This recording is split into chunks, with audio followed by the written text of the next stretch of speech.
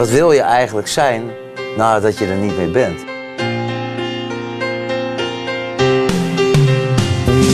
Je moet niet spijt hebben van dingen die je niet hebt gedaan. Je kunt beter spijt hebben van dingen die je wel hebt gedaan.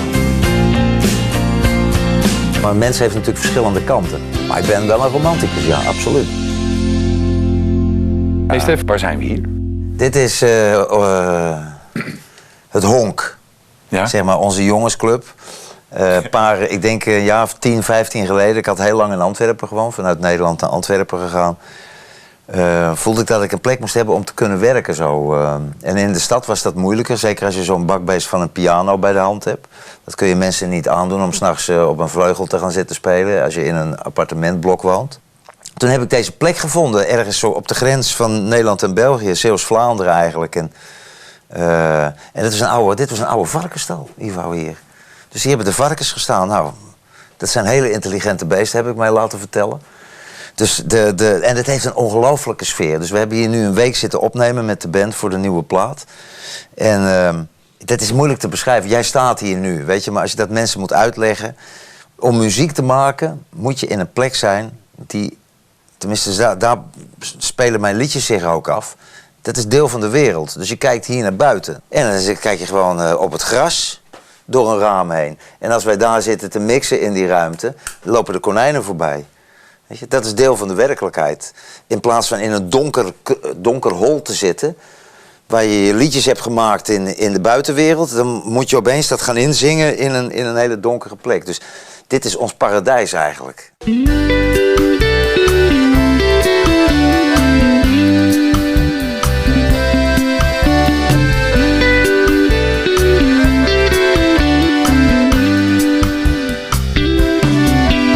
Zij wandelt door de winkelstraat alsof het haar paleis is.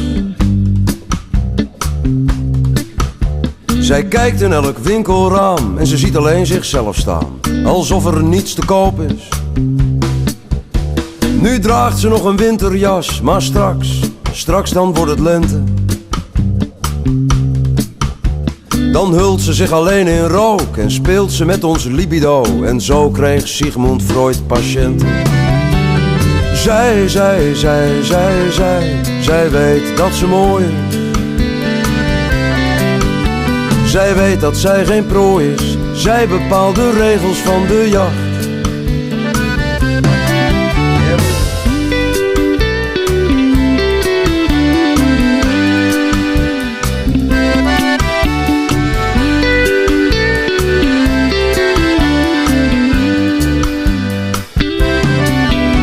Ze kijkt alleen maar naar zichzelf, haar pad gaat over rozen. De sneeuwman is ten einde raad, hij weet dat hij ten onder gaat. Hij smelt voor haar als boter. Oh, zij is mooi om naar te kijken, maar laat je niet verleiden, want de weg met haar gaat nergens heen. Wie ooit het bed met haar zal delen, kan zijn rust voorgoed vergeten, want mooie vrouwen heb je nooit alleen. En zij weet dat ze mooi is. En ik weet dat zij weet wat ik dacht.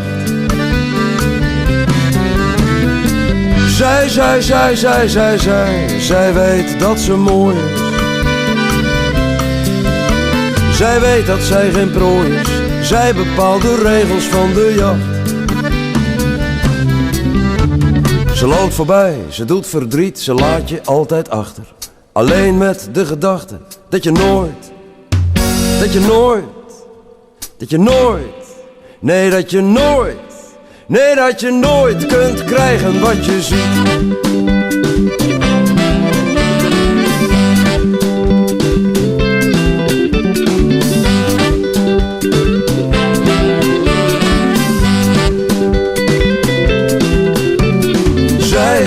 Zij weet dat ze mooi is. En ik weet dat ze weet wat ik dacht. Zij weet dat ze mooi is. Zij weet dat ze mooi is. Ze weet dat zij geen prooi is. Zij bepaalt de regels van de jacht. Zij bepaalt de regels van de jacht. Zij bepaalt de regels van de jacht. Zij weet dat ze mooi is. Zij weet dat ze mooi is. Zij weet dat ze mooi is. Zij weet dat ze mooi is. Zij.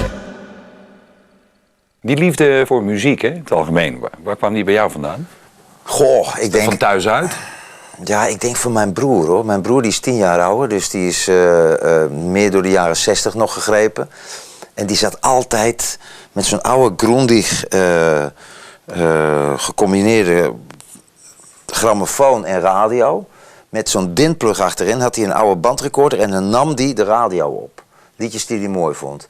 En mijn oma werd er helemaal gek van. Die zegt, die jongen die groeit op voor galg en rad. Dus die zat de hele tijd muziek op te nemen. En als je dan 10 jaar jonger bent en ik loop daar als kleuter rond. Ja, mijn broer die had, dat was alles. De Stones, de Beatles tot Stevie Wonder, van alles. Ook heel breed in zijn smaak. En daar ben ik wel door aangestoken als het gaat om de liefde voor muziek. Maar ik wist toen helemaal niet dat ik zelf muziek zou gaan maken. Je ouders? Musiceerden die? Nou, daar ben ik pas heel laat achter gekomen eigenlijk. Dat mijn vader... Ik kocht dit orgeltje, dat staat hieronder. Dat is een klein harmoniumpje. Een reisharmoniumpje van legerpredikanten uit de Tweede Wereldoorlog. Want die moesten natuurlijk kerkdiensten houden voor die soldaten, Amerikanen. En hadden ze zo'n klein orgeltje. Ja, in het veld. Kijk, zo'n ding. Dat is waanzinnig. Het is zo groot. Als je hem opklapt, is die zo groot als een naaimachine. Ja. En dan... Zie je, daar zit de toets op. Ja, je moet hem eigenlijk met 2 voeten. Nu zit het een beetje ongemakkelijk, maar...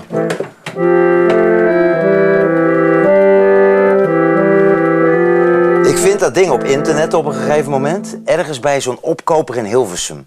Geweldig moment. Dus ik kom in een garage binnen bij zo'n opkoper. Een beetje, ik heb hier een paar spullen staan. Zo'n malle Pietje. Ja, ja. En ik had dat gezien en ik denk van ja, dat interesseert mij wel. Want dat kan te gek zijn op het podium om zoiets te gebruiken. Dus ik koop dat ding bij die gast en ik ga daarna, mijn vader leefde toen nog, gaan we daarna bij mijn vader langs in Veenendaal. Ja. En ik zeg, pa, wat ik nou heb gevonden, moet je nou eens kijken. Och jongen, het is niet waar. Mijn vader gaat erachter zitten, Ivo, en begint te spelen. En dat wist jij niet? En hij was 88 op dat moment. En ik had nooit geweten dat hij orgel kon spelen. En heeft hij jou nooit verteld? Ja, misschien wel eens verteld dat ze dat vroeger deden. Maar dat hij dat nog kon, wist ik helemaal niet. Mijn moeder kwam uit een muzikalere familie zo.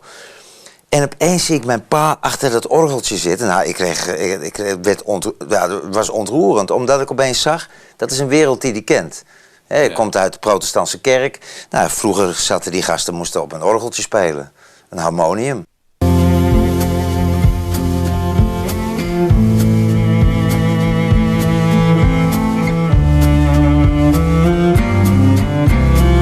Misschien scheen de zon in mijn ogen, misschien sloeg de bliksem in. Of misschien is het waar dat de liefde verblindt.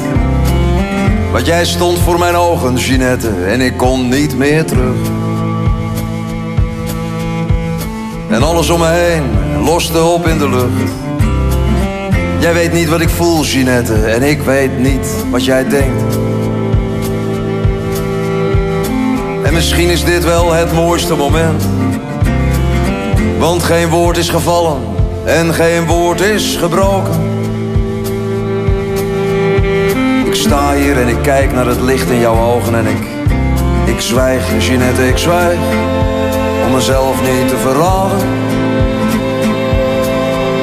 Maar ik fluister in gedachten jouw naam van de dag. Ik zwijg, Ginette, ik zwijg. Om mezelf niet te verraden. Maar ik zing in gedachten jouw naam van de dagen. Ginette, Ginette. Ginette, Ginette, Ginette, Ginette. Ginette, Ginette. Ginette. Nog één sigaret en ik weet, het is een soort vlucht. Want het is slecht voor mijn longen, maar het is goed voor mijn rust. Want jij waait door mijn hoofd en jij stormt door mijn hart. En de wereld is mooier, Jeanette, mooier dan ik dacht. Ik loop door de stad, ik kijk om me heen en alles is anders. En de stenen van de straat, ze dragen mij op handen en ik dans, Jeanette, ik dans, om mezelf niet te verraden. Maar ik zing in gedachten jouw naam van de dagen. Ik dans, Jeanette, ik dans, om mezelf niet te verraden. Maar liefst ik zing in gedachten jouw naam van de dagen, Jeanette, Jeanette, Jeanette, Jeanette, Jeanette, Jeanette, Jeanette, Jeanette. Kom dichterbij en dans met mij, Jeanette.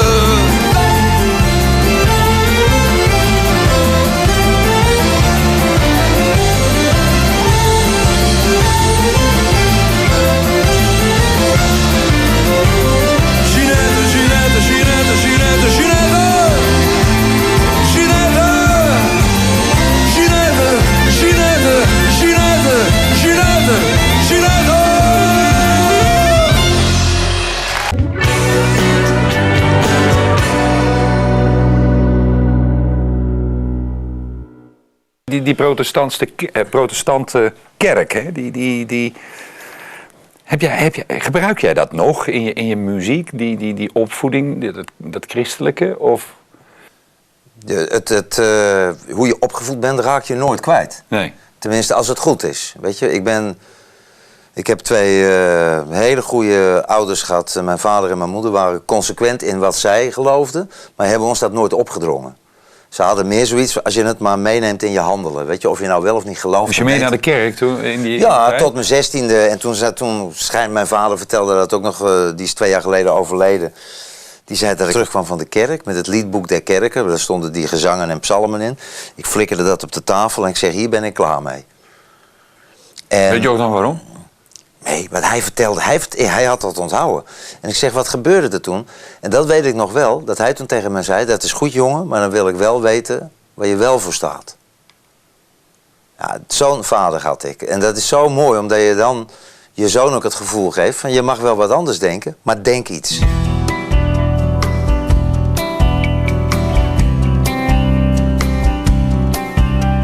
Ik dan veel als ik aan jou vraag van, en waar stond jij toen voor dan? Ik stond toen met een mond vol tanden, eigenlijk. Omdat je, als je 16 bent en je krijgt die vraag op je bord, dan heb je een weg om te gaan. Maar dat vond ik ook heel mooi van mijn vader. Gaf mij wel de ruimte van, oké, zoek het maar uit dan, weet je. Maar vertel mij wel dat je ergens voor bent en niet ergens tegen. Maar toen wist je nog steeds niet dat jij muzikant werd. Nee. De liefde voor muziek heb ik van mijn broer en mijn zus. Mijn zus, als het gaat om Nederlandstalig, is mijn zus heel belangrijk, want die had een kamertje naast mij, die draaide Boudewijn de Groot en Ramses Shaffi en Herman van Veen en zo. Dus dat hoorde ik van op een afstand. Maar ik was in eerste instantie op het Engelstalige gericht. Zo. En toen begon ik op de middelbare school in Ede tekstjes te schrijven. Dikwijls omdat je verliefd was op een meisje en het niet durfde te zeggen. Dan is het heel makkelijk om het allemaal van je af te schrijven. Was je vaak verliefd? Ja, ik was echt een romanticus. Veel liedjes dus? Ja, dat zei ooit een gitarist tegen mij. Hij zegt van, het is maar goed dat je een grote scheidluis bent. Dat je niet al die dames afgelopen hebt, want anders had je niet zoveel nummers geschreven. En dus daar begon tekst. Dus ik ben wel een woordenman, zo, weet je. De tekst begon. Maar ik had nooit deze weg voor ogen gehad. Omdat ik heel onzeker was over mezelf ook. Weet je, ik dacht van, ja, maar dat is allemaal niks wat ik doe. En misschien is het dat ook wel, weet je. Maar nu zit ik daar niet meer mee. En toen gebeurden er een paar dingen. Zo'n cabaretgroepje waar ik in zat en in Utrecht. En toen kregen we de publieksprijs op Kameretten in Delft. Dat is een groot cabaretfestival. En toen voelde ik moet in elk geval uitzoeken of ik er iets mee moet. Ik weet, ik is altijd dankbaar. Ik weet, hij zal mij houden. Al moet ik ook alleen staan. Hij zal mij nooit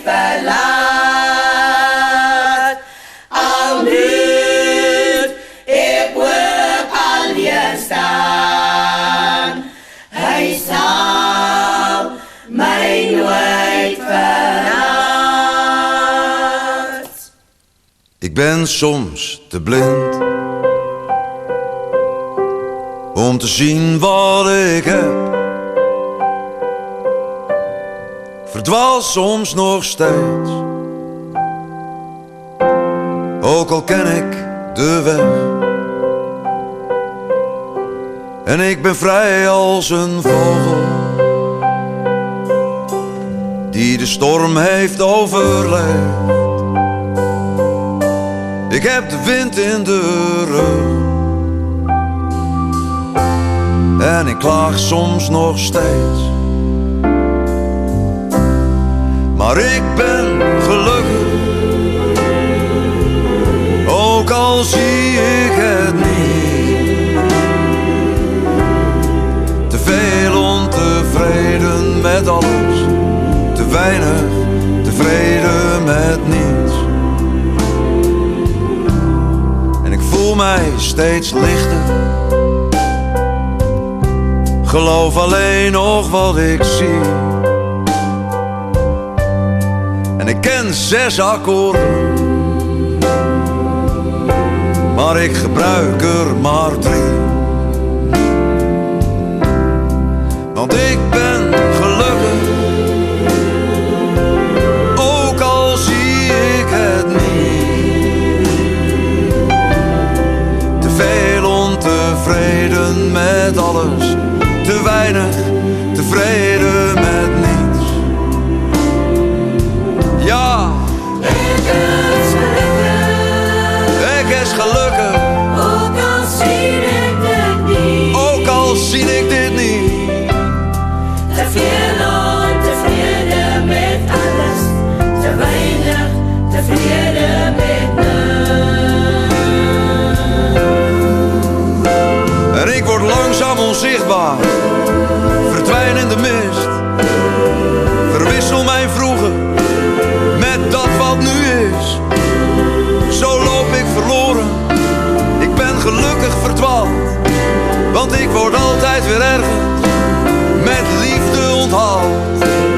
Met liefde onthaald.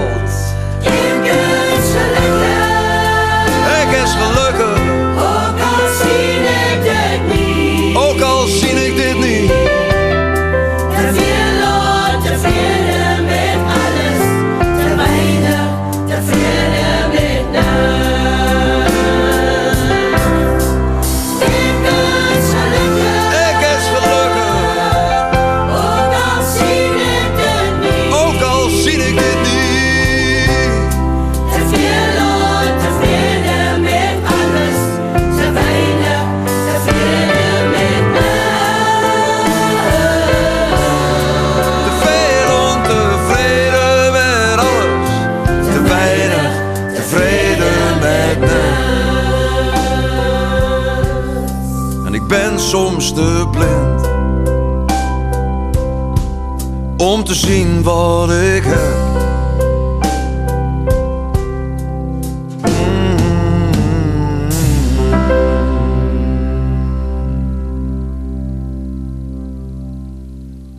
Je wist al redelijk vroeg dat je, laat ik het maar omschrijven, de kleinkunst richting. Ik wou schrijven. Ik wou dingen schrijven. Dat is eigenlijk het belangrijkste wat ik wou doen. En dat is het nog steeds. Ja. Werd gegrepen door eigenlijk Duitse tekstschrijvers uit de jaren 30. Kessner, Tucholsky. Weet je, dan zit je als 16, 17-jarige, lees je die dingen en denk, dat wil ik. Of je daar ooit je beroep van gaat maken. Daar stond ik toen bij stil. Dat later, door een paar dingen die er gebeurden, dat mensen zoiets hadden van, ja, maar je moet er wel iets mee. Toen ben ik op mijn 23e pas naar de toneelschool in Antwerpen gegaan. Kleinkunst, hè? Dat is dan voor een intellect publiek, wordt altijd verondersteld. Hoe zit ik er dan naast? Goh, ik maak geen... Ik zei het net al tegen jou, ik ben geen muzikaal racist. Weet je, voor mij is iemand als Freek de Jonge kan even interessant zijn als Frans Bauer. Als iemand maar zingt of vertelt wie die is.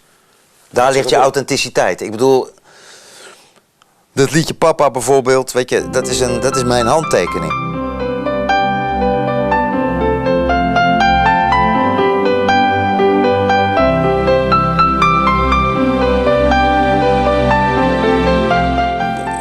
Bram Vermeulen heeft ook een prachtig nummer over een vader-zoon verhouding, De Wedstrijd. Er zijn heel veel nummers over vaders geschreven. Dit is mijn nummer, dit is mijn handtekening. Dit moest ik kwijt op een dag.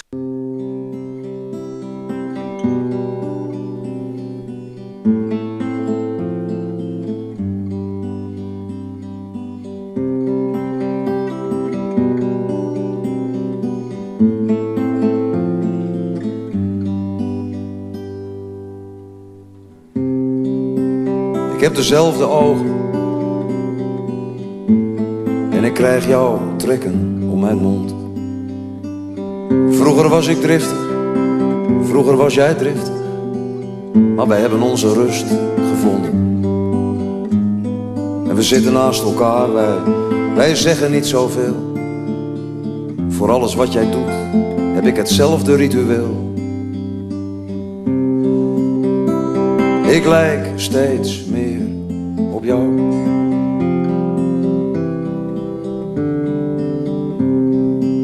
Ik heb dezelfde handen en ik krijg jouw rimpels in mijn huid. Jij hebt jouw ideeën, ik heb mijn ideeën. En wij zwerven in gedachten, maar wij komen altijd thuis. De waarheid die jij zocht en die je nooit hebt gevonden. Ik zoek haar ook te vergeefs, maar zolang ik leef. Want ik lijk steeds meer op jou.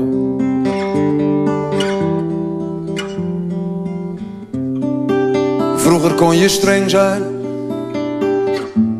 en ik heb jou soms gehaat. Maar jouw woorden, ze liggen nu op mijn lippen. En ik praat nu zoals jij vroeger praatte. Ik heb een goddeloos geloof, hou van elke vrouw. En misschien ben ik geworden wat jij helemaal niet wou. Maar ik lijk steeds meer op jou. Jij gelooft in God, dus jij gaat naar de hemel. En ik geloof in iets, dus wij komen elkaar na de dood. Misschien nooit meer tegen. Maar papa,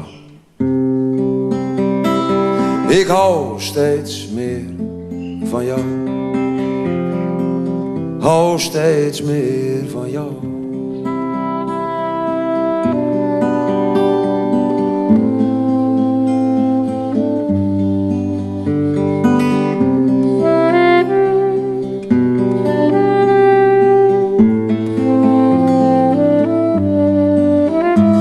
Een goddeloos geloof, hou van elke vrouw. En misschien ben ik geworden wat jij helemaal niet wou. Maar papa, ik lijk steeds meer op jou. Papa, ik hou steeds meer van jou. Papa, ik lijk steeds meer op jou.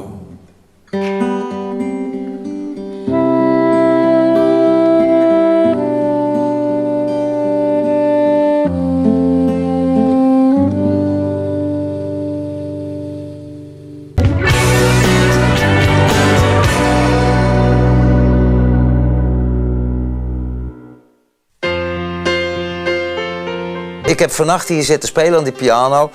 En ik zweer je op het graf van mijn beide ouders, dat plezier wat ik daarin heb, dat heb ik nog steeds. Weet je, dat doe je voor de schoonheid van muziek of om iets toe te voegen of wat dan ook. Maar dan zit ik niet te denken, weet je, van ik moet het zo doen, want dan gaat het misschien.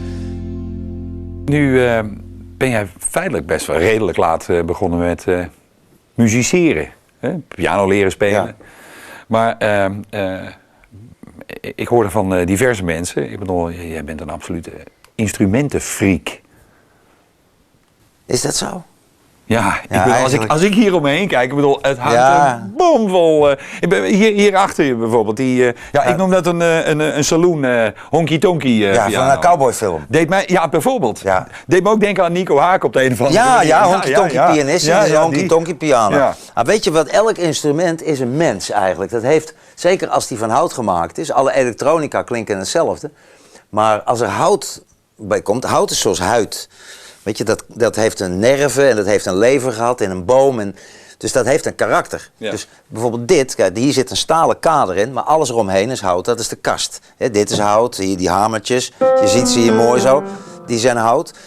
En dat zijn dus, zoals wij een soort stem hebben gekregen bij geboorte. Die hebben allemaal een karakter.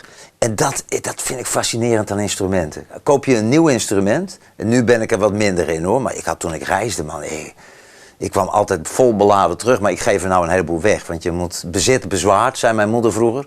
Af en toe moet je schoonmaken. En deze had je gewoon op de markt of zo? Of? In Gent, ergens zag ik hem €60.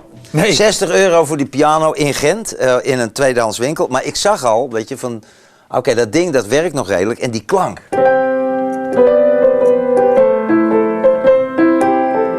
Je krijgt een soort Tom Waits, hè. We'll see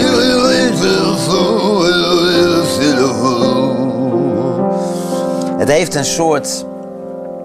Kijk, hier ga ik naartoe. Weet je, dit is een instrument wat al enige jaren hier op aarde rondloopt. Karakter. Het is karakter, er zitten wat ranzigheid op zo. Dus voor sommige nummers, als we hier werken, is dit een te gekke klank. Nachtelijk. Weet je, het is...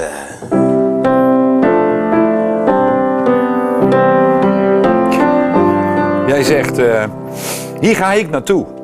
En toen zeg je achteraan, bijna in dezelfde adem, ranzigheid. En ja, ik moet... Ja, hoe betrek je dat op jezelf? Ja, dat is een goede vraag. Ja. Ik voel dat ik met het project waar we nu mee bezig zijn, de kern heet dat, hebben we de lat heel hoog gelegd om gewoon los te laten. Niet in gewoontes te denken, want wij kunnen met onze band hier zitten, hebben we een week aan plaat. Maar we hebben hier 3 weken gezeten en graven, tot we er gek van werden, echt. Maar op een hele mooie manier proberen jezelf te verrassen. Het was midden in mijn leven, het was midden in de nacht. Ik liep door een stad en ik was moe, wist niet goed meer thuis te brengen wat ik zag. Maar ik was dichter bij de kern dan ik dacht. En voor mij is het bezig zijn met muziek blijft zo lang interessant dat ik het gevoel heb dat ik, ook al is het minimaal, groei. Was een schaduw van mezelf, niemand zag me staan.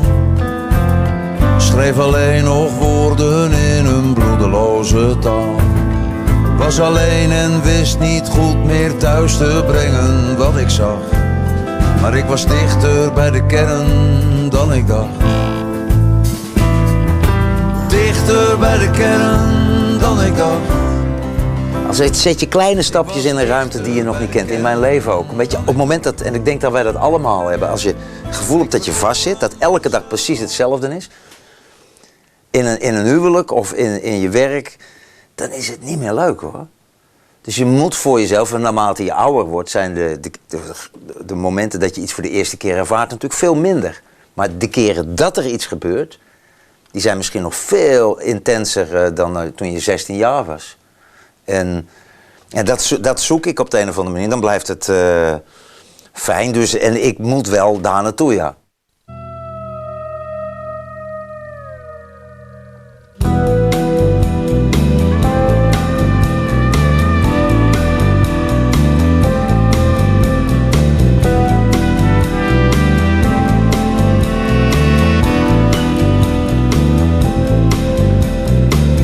Mijn kar door die vlakten in die kaap. Die zonskijn hoor die zee bij Gordons Bar. En ik zie waar ik kijk, die gezichten van die land. En ik zie langs die pad, hoe die vel brandt. Die struggle is voorbij, de nieuwe tijd is lang al daar. Maar die rijkers wordt rijker, en die armers krijgt zwaar. En ik zie op die teerpad naar het Muizenbergstrand die checks van Kailicha en die plakkerskant. En ik hoor die tijdbom, tik, tik, tik, tik, tik, die tijdbom, tik.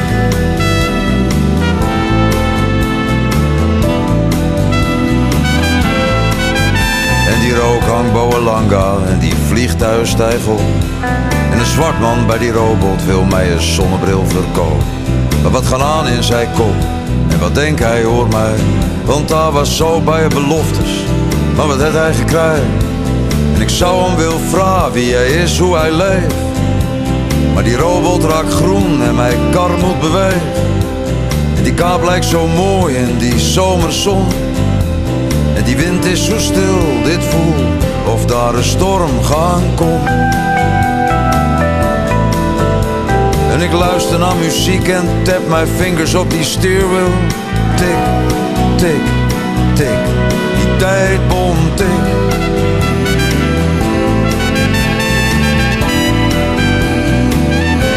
Die tijdbom, tik.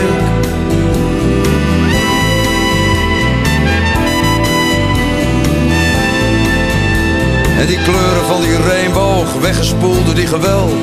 Die dictatuur van toe is nou die dictatuur van geld. Die idealen wordt verkoopt, die kapitaal is aan die macht. Steve Biko is moe en draai hemzelf om in zijn graf. Want wat hij ziet, maakt hem ziek. Die tijdbom tik. It's better to die for what I need and will Tijdbom tik. live for what I need and will die. Tijdbom tik. Tik.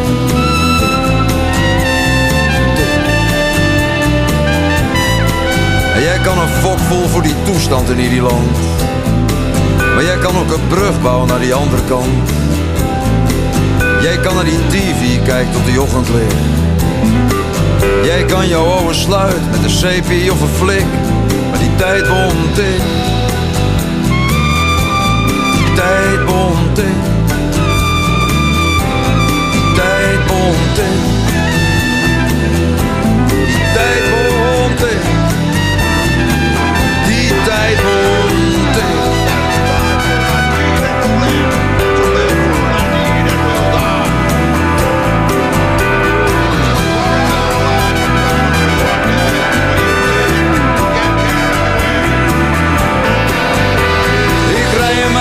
Door die vlakten in die kaap. Die zon schijnt door die zee bij Gordons Bar.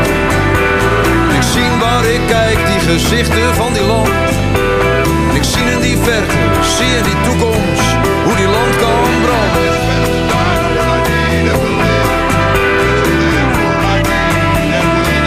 Zie hoe die land kan branden. Die tijdbom, tijdbom.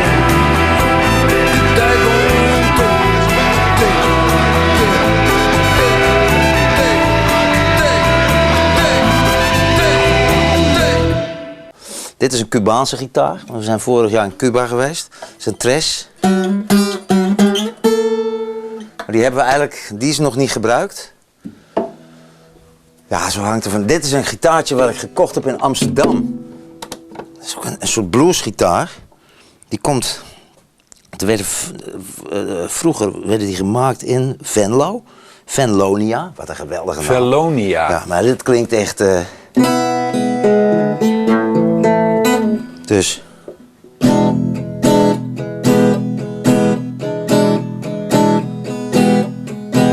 Ik werd vanochtend wakker. En mijn baby was weg. Ja, dat is de gebruikelijke zin in het Amerikaans. My baby was gone. En mijn baby was weg. Ja, en mijn baby was weg. Keek in de wieg en mijn baby was weg. Maar dit is hetzelfde, Ivo, als die piano. Dit is een oud instrument. Dat heeft geleefd. Je ziet dat ook, weet je. Er zijn overal. En dat heeft dus een waanzinnig karakter. En hout wordt, zoals goede wijn, wordt alleen maar beter. Weet je wat ik nou zo grappig vond? En wat ik me daarbij afvroeg.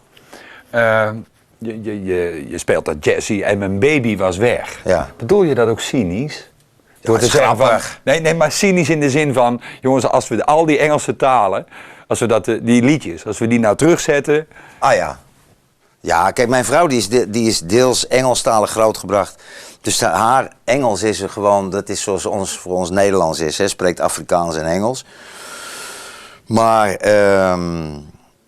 voor mij zingen in mijn moedertaal, dat is... ja, ik kan niet anders. Daar ligt de essentie van mijn emotie. Dus dat cynisme was er wel, echt? Ja, ik vind veel dingen in het Engels, als je ze letterlijk vertaalt. Hè. Je hebt prachtige teksten van Randy Newman, Bob Dylan, Leonard Cohen. Er zijn zulke mooie dingen in het Engels gemaakt. Maar ook heel veel bullshit. Maar we horen dat vaak niet. Omdat het niet in de essentie onze taal is, gaan we ermee akkoord. Terwijl Nederlands is ongenaakbaar. Ja. Weet je, ik bedoel, het moet kloppen of niet. En terwijl we in het Nederlands, als je radio, televisie... Niks. Het lijkt wel steeds minder aandacht krijgen. Ja, ik vind het schokkend. Als je het vergelijkt met Frankrijk... En dat bedoelde ik dus met dat cynisme. Ja. Ja, ik maak me er niet echt druk over. Maar ik vind het wel erg. Ik vroeg het laatst aan iemand op de radio in Nederland. Van Radio 1 is er een soort politiek dat er geen Nederlands gedraaid wordt. Omdat het te confronterend zou zijn. Weet je, ik zeg, meen je dat nou? Ja, bij nieuws. Ik zeg, maar juist bij nieuws. Juist bij nieuws, weet je. Dan is het toch fantastisch. Er zijn zoveel mooie nummers, of het nou van wie dan ook is, die perfect aansluiten bij thema's. Dan luister je naar Radio 1 alsof het een soort film is, weet je. Alsof het nieuws al niet confronterend is. Maar wij hebben in Nederland op dit moment, en dat zijn golven, denk ik. Hè. Je hebt de golf van Doe maar en Boeien gehad. En dan in alle soorten muziek, in de slager ook, heb je allerlei golven gehad. En op een gegeven moment beginnen wij ons over iets te schamen. Gaan wij rappen? Ja, nou, rappen vind ik ook te gek. Zolang het maar in het Nederlands is. Want daar hoor ik zinnen voorbij komen dat ik denk, wauw. Weet je, die had ik wel willen schrijven. Maar er zijn goede dingen in het Engels, vind ik. Admiral Freebie uit België, Case Choice. Wat mijn vrouw ook zegt, dat gelooft ze. Maar heel veel dingen, als je die nog maar in Engeland of Zuid-Afrika laat horen, tenminste zien ze van, ja, maar... Weet je, voor hun klopt dat niet.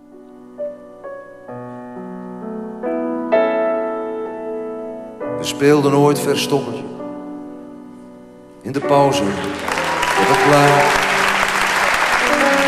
We hadden grote dromen, want wij waren toen nog klein. De ene werd een voetballer, de ander werd een held. Wij geloofden in de toekomst, want de meester had verteld: jullie kunnen alles worden, als je maar je huiswerk kent. Maar je moet geduldig leren wachten, tot je later groter bent. Is dit nu later? Is dit nu later als je groot bent? Een diploma vol met leugens, waarop staat dat je de waarheid kent. Is dit nu later? Is dit nu later als je groot bent? Ik snap nog steeds niets van het leven. Weet gelukkig nog steeds niet wie ik ben. Is dit nu later?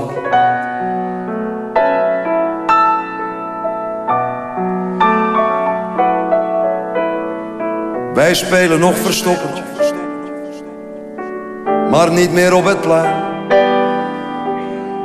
De meesten zijn geworden wat ze misschien toen niet wilden zijn. Wij zijn allemaal volwassen. Wie niet weg is, is gezien. En ik zou die hele chaos nu toch helder moeten zien. Maar ik zie geen hand voor ogen. En het donker maakt mij bang. Mama, kan het licht aan op de gang?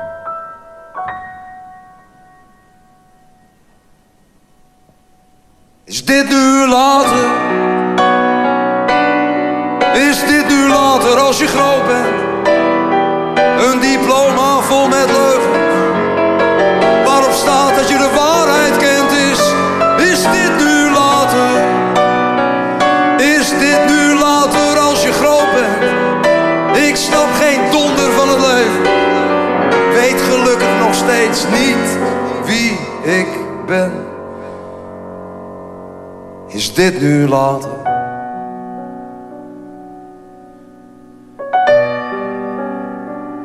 Is dit nu later?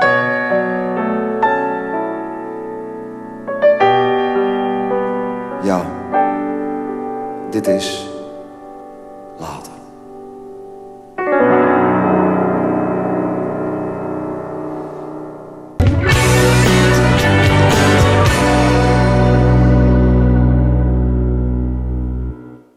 Kijk, al die instrumenten die hier staan, zijn minnaressen.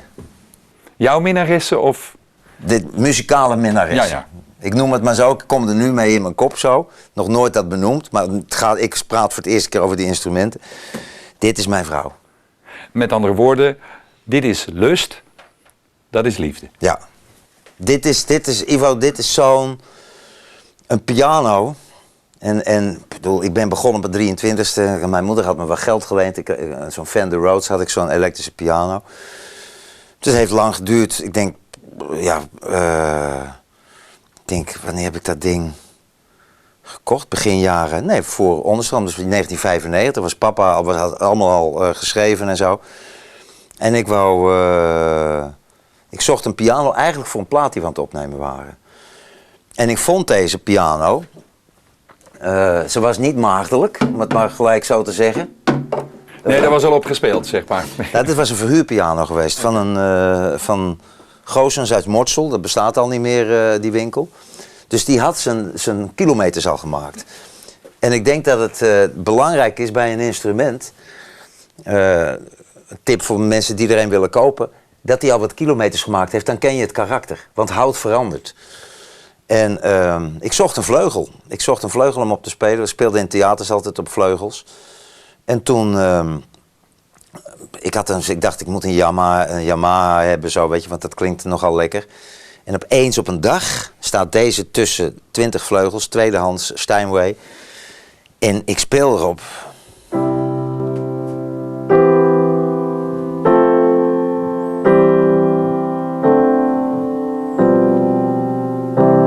En er gebeurt iets met mij. Wat ik nu hoor is toch weer de kerk. Ja, maar je kunt ook... Je kunt...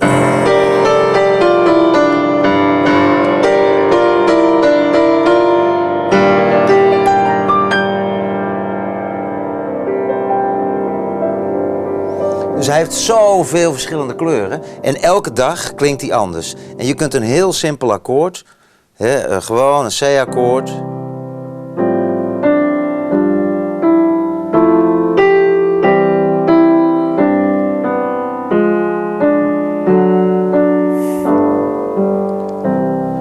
Het is zo moeilijk uit te leggen wat dat is, maar dat is liefde inderdaad.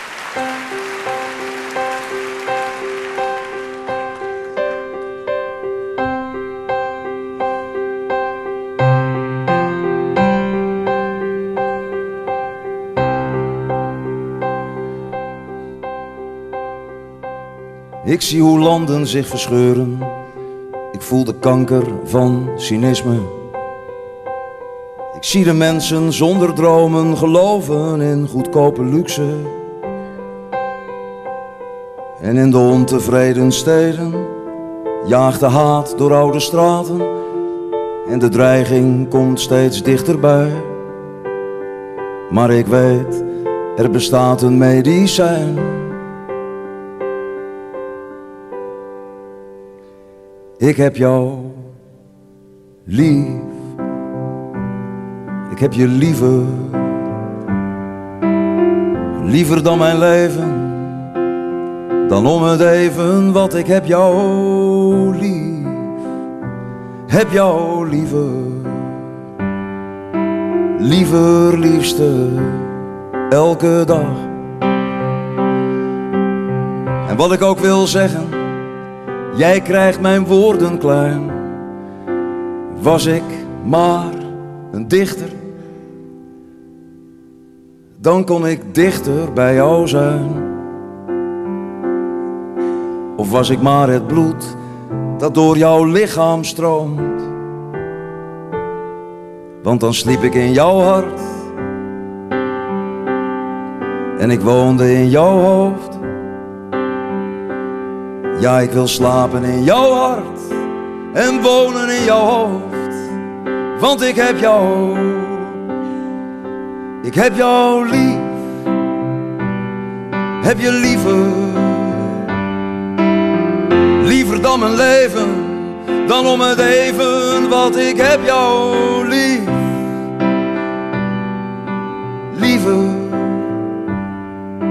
Liever, liefste, elke dag. Ik heb jou liever, liefste, elke dag. Liever, liefste.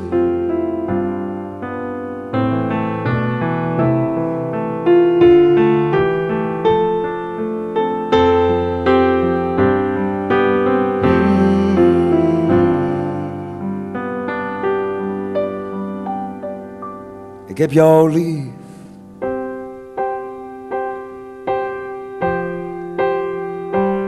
Heb je liever, liefste, liever, liefste. Elke dag. Elke dag. Elke dag. Ja, later als ik dood ben. Ja, of later. Ik heb elke keer hiermee het idee, is er leven na de dood? Maar dat ligt heel dicht bij elkaar. Ja. Ja, deze vraag is iets complexer, omdat je jezelf... Wat wil je eigenlijk zijn nadat je er niet meer bent? Is zo'n mooie paradoxale vraag. Dus het lijkt niet te kunnen, maar natuurlijk kan het, weet je. Eigenlijk zouden wij zo moeten leven met van wat wil ik zijn als ik er niet meer ben? En toen kwam ik zo op een nacht in Nelspruit, het was een paar maanden geleden op een festival in juli. Die zin die zat al een jaar in mijn kop van mijn zoontje. En opeens, hotelkamer, zo schrijf je dan, een hotelkamer. 2 generatoren staan daar buiten. Ik speelde mijn festival, een paar solo voorstellingen. En ik kon niet slapen, weet je. Die dingen de hele tijd bewegen. Dus ik dacht van, ja, ga ik maar wat schrijven. Opeens schiet die zin terug in mijn kop. En die tekst, die rolde er in één keer. We zijn nu bezig met deze plaat en dat is daar een deel van. Die rolde daaruit en toen voelde ik ook van... wat de mensen er ook van zouden mogen vinden van dat nummer. Wat ben ik blij dat ik dit gemaakt heb. En dat is die pure liefde voor het ding zelf. Dat je niet bezig bent met is het wel iets, maar voor mij is het er. Ik ben benieuwd hoe het klinkt.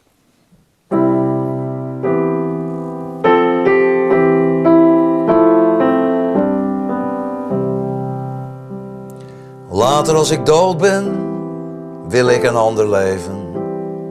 Niet meer altijd bezig zijn met wat geschreven staat. Een strohalm wil ik zijn, voor wie het niet meer weten. Een vlinder die hier voorbij vliegt en alles lichter maakt. Later als ik dood ben, wil ik wonen in jouw ogen. Om jou te laten zien waar ik zelf blind voor was. Want de liefde ligt zo dikwijls gewoon maar voor het grijpen. Later wil ik wonen in jouw hart. Later als ik dood ben en ik niets meer kan verliezen, trek ik de registers open en laat alle lucht eruit.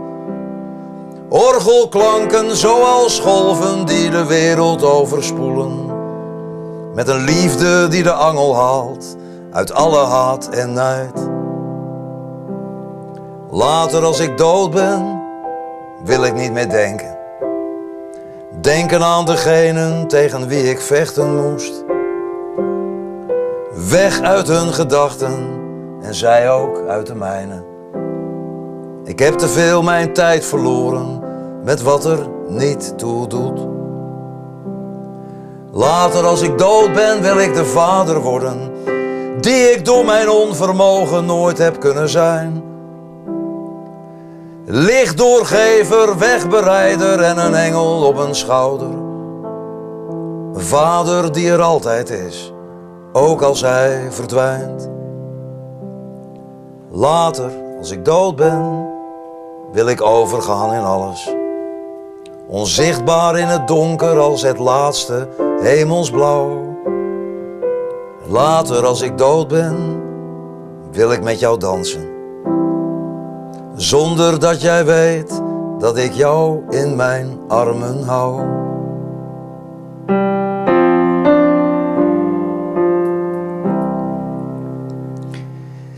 Je kunt dat met een band doen, je kunt het op allerlei manieren doen met groot orkest of iets. Maar in de essentie moet een liedje zo gespeeld kunnen worden. Het is overigens, het raakte mij. Nou ben ik toevallig ook vader. Ja. Dus dat Element komt opeens terug, weet je. Het is Omdat geweldig. je zelf kinderen hebt. En later, als ik dood ben, wil ik de vader worden die ik door mijn onvermogen nooit heb kunnen zijn. Want ik maak fouten, weet je. En ik ben me daarvan bewust. En voert je dat ook terug naar je eigen jeugd? Ja. Dus met andere woorden, feitelijk zijn wij... Jij bent vader, ik ben vader, cameraman is vader. Ja. Jouw vader was vader. Ja. En we schieten eigenlijk allemaal tekort. Ja, maar daar zit Voor ook de een deel. schoonheid van het leven. Als we perfect zouden zijn, zou het onverdraaglijk saai zijn op deze wereld. Er moet ook frictie zijn. Ik vind, bij mijn zoontje moet ik zien... Het is een ander nummer van de plaat dat daarover gaat eigenlijk. Dat is eigenlijk omdat we nog een derde hebben gekregen. Had ik zoiets, ik moet een nummer hebben zo welkom in de wereld, welkom in de tijd, welkom in ons leven, welkom in ons huis. Zo, weet je? Dit is maar daarin staat letterlijk... ik weet niet, op een dag... de fouten die wij maken, zul jij ons moeten vergeven. En dan zal je ons soms haten. Je komt ons in jezelf tegen. Komt dat papa-liedje ook gewoon? Dat zit in al mijn nummers eigenlijk, hoor. Je schrijft eigenlijk maar 1 nummer in je hele leven. Eigenlijk is de zanger, componist, tekstdichter, muzikant, Stef Bos... is eigenlijk een heel romantisch iemand. Ja, mijn vrouw zegt dikwijls... als je zo zou zijn als op het podium... dan zou het nog een romantisch thuis worden ook. Kijk, ik heb ook natuurlijk een kant... dat ik juist hier... wat je bij komieken ook hebt... komieken kunnen doodernstig zijn. Hè? Ik ben eigenlijk veel grappiger... in het echt dan op het podium. Denk ik. Omdat ik op het podium... Als ik dan hier zit zo vannacht... en ik zit te spelen, weet je... dan verlies ik me in die wereld. Maar een mens heeft natuurlijk verschillende kanten. Maar ik ben wel een romanticus, ja, absoluut.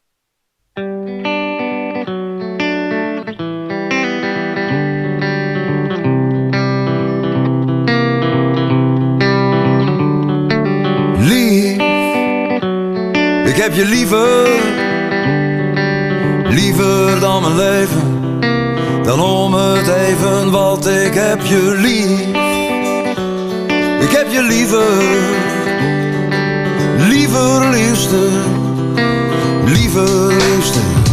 elke dag. Tijdje niet gezien, tijdje niet gehoord. Maar hoe is het? Het lijkt alweer een eeuwigheid ervoor.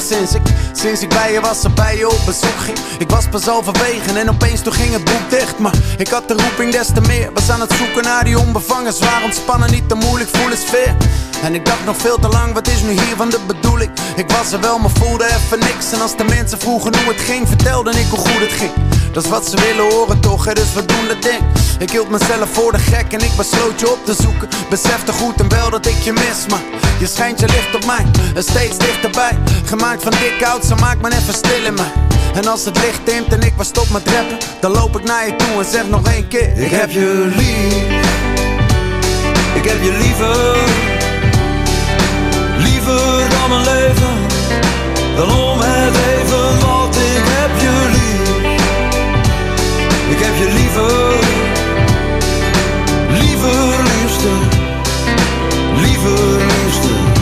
elke... Ik word wakker in een leeg bed. Gisteravond was je daar, als de allerbeste avond in mijn leven. Wakker door de klanken van de radio. Ik denk nog een keer aan hoe het was en na de show was je verdween. Zijn bliksem in de nacht, zo gekomen, zo gegaan. Precies hoe je verwacht, bij alle dromen hoe ze gaan. Dus kippenvel hier bij het horen van je naam. Ruik de geur nog in mijn kleren, ik ga je never meer vandaan. Maar de plicht erop, hey. Dus ben vanavond ergens anders. En niets verandert aan hetgeen wat ik doe. En ik weet wel wat de rest je ook wil zeggen, maar niemand kan het zeggen zoals ik. Want ik heb je lief. Ik heb je liever dan mijn leven. Dan om het even, want ik heb je lief. Ik heb je liefste.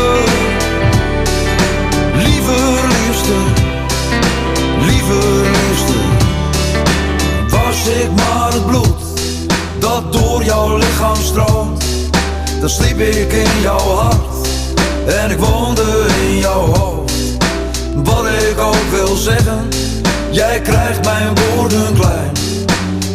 ik maar een dichter, dan kon ik dichter bij jou zijn. Ik ben alweer een tijdje bij, een tijdje hier, alsof ik nooit ben weg geweest. Hey. En ik voel je licht te warm op mijn schijn. Gooi beide armen in de lucht om never ever te verdwijnen. En wat ze zeiden klopte niet, dat wij niet langer bij elkaar nog zouden horen. Is niet waar, er is geen twijfel mogelijk. Dus denk ik dat we samen zijn voor altijd. Ik voel de lichten in mijn ogen als ik naar je kijk. Ik ben er klaar voor, dus lopen naar je toe. En ik hoor de mensen schreeuwen om een encore. En als het licht neemt en ik maar stop met rappen, dan loop ik naar je toe en zeg nog één keer: ik heb je lief, ik heb je liever. Liever dan mijn leven, dan om het even wat. Ik heb je lief, ik heb je liever. Liever dan mijn leven, dan om het even wat. Ik heb je lief, ik heb je liever. Liever liefste, liever liefste, elke dag.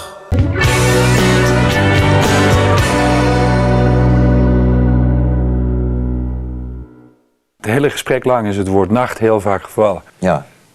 Jij schrijft overwegend 's nachts. Kun je dan niet slapen of wat is het dan? Nee. Ik slaap ongelooflijk goed. Ik ben binnen 2 minuten vertrokken.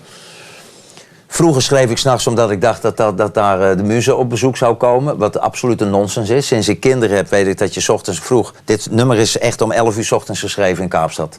Weet je, dat ik gewoon wist, ik had de kinderen naar school gedaan, even koffie gezet. Ik wist, ik heb 1,5 uur. Sinds wij kinderen hebben, werk ik heel veel efficiënter, omdat er minder tijd is. En nu komt het wel voor dat ik in de nachten soms weet je, probeer wel een goede huisvader te zijn, dat ik er ben. En dan pak ik soms een slaapje in de middag. En dan ligt mijn dag anders. En dan kan ik soms 's nachts wakker worden. Zeker met het maken van deze plaat. Heb ik dat veel gedaan, dan breng ik de kinderen naar bed. Ik lees ze iets voor. En dan val ik met ze mee in slaap. He? En dan word ik 's nachts om 2 uur wakker. En dan die anderhalf uur ben ik heel helder in mijn kop. Dus ik ontdek nu eigenlijk steeds meer, net nadat ik wakker word, ben ik eigenlijk veel helderder in mijn kop dan dat ik hier een wijntje zit te drinken en dan denk ik, en dan dingen die ik dan maak, als ik die de volgende dag terug hoor, dat is dikwijls helemaal niks. Als wij, hè, en met name de kijkers, terug naar de kern willen. Ja. Dat wordt de titel van je nieuwe programma, toch? Ja. Wanneer kunnen we dat zien? In januari, maar ik moet wel eerlijk zeggen, ik heb verschrikkelijk genoten de laatste tijd om hier te werken zo aan die plaat. En ik vind dat, we hebben wel zo 12 stukken waar ik heel gelukkig mee ben. Maar we ontdekten ook dat de kern natuurlijk helemaal niet bestaat. Want elke keer als je hem hebt, dan is die weer ergens anders. Maar het gaat wel een mooie voorstelling worden, omdat je de lat hoog legt. En ik wou alle grote thema's, zoals met dit lied, over de liefde, maar ook over het begin en het einde. Het bittere einde en de schoonheid van het begin. Ik wou alle grote thema's in die plaat laten passeren. Ik heb dikwijls ook, weet je, er zitten soms ironie of cynisme kunnen er in stukken van mij zitten. Heb ik allemaal eruit gehaald. Wij wilden alleen maar songs hebben die tot het bot gingen zo. En ook in schoonheid en optimisme. En zo'n voorstelling gaat het ook worden. Dus vanaf januari, Nederland en België. Ja. Ja, ik zie er erg naar uit. Het gaat een hele mooie avond worden. Met hoeveel muzikanten ga je weg? Met z'n 5. Met z'n 5. En met de technische crew. We zijn met 8 jongens. Jos en de Rebellenclub. Dat zijn geweldige momenten. Kortom, Nederland en België. En Zuid-Afrika. Terug naar de kern. Terug naar de kern. Het onverklaarbare willen verklaren en het niet kunnen. Het onzingbare willen zingen en het niet kunnen. Het onmogelijke mogelijk willen maken en het niet kunnen. Alles niet kunnen en het toch doen. Dat is de kern.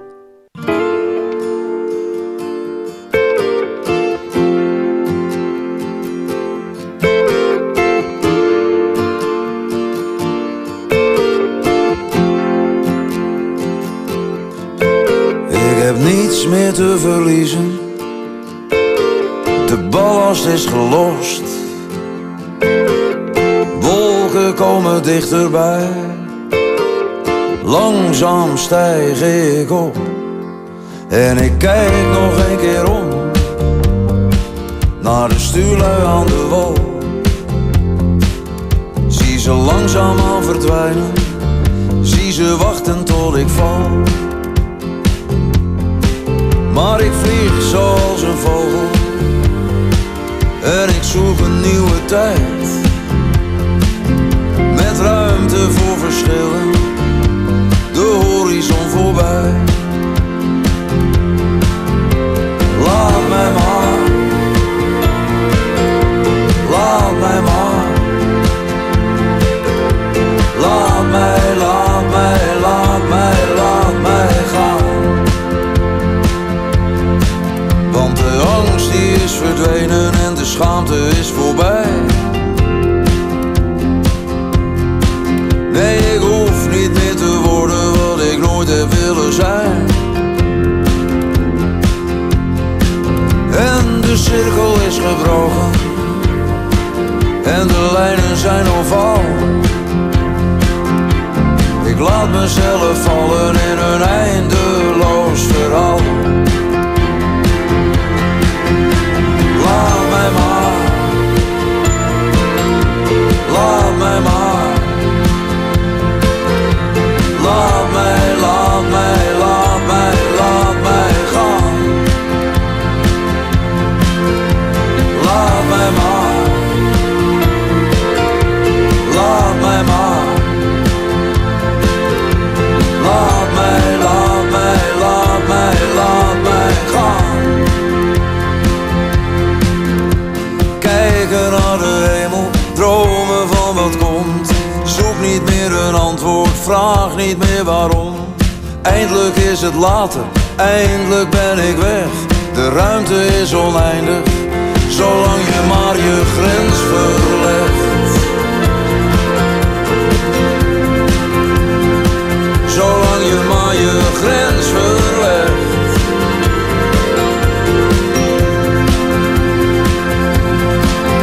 De weerstand is gebroken, de ijstijd is voorbij.